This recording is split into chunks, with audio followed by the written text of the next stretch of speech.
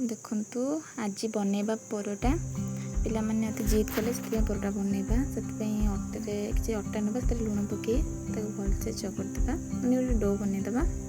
ठीक अच्छे पूरा सॉफ्ट डो बनईदे तापर डोटा देखी पारे से स्किप हो गला एमती छोटे छोटे सब गोला करदे जमती साइज आप चाहिए सेमती साइज गोला करदे आपको गोल गोल कर बेलदे मोर तो टिके गोल होनी गोल गोल कर बेलदे परोटार सेप देदे। ठीक अच्छे देखते मुझे करुँचे ओके एमती धीरे धीरे करके सब साइड को बेलदे देखते एमती परोटा सब जाक रेडी करदे। ठीक अच्छे तापर तावा बसी गोटे गरम हो सारा परोटा पकेबे परोटा टिके होगला उल्टे टे तेल देवे भलसे सेकिदेवे।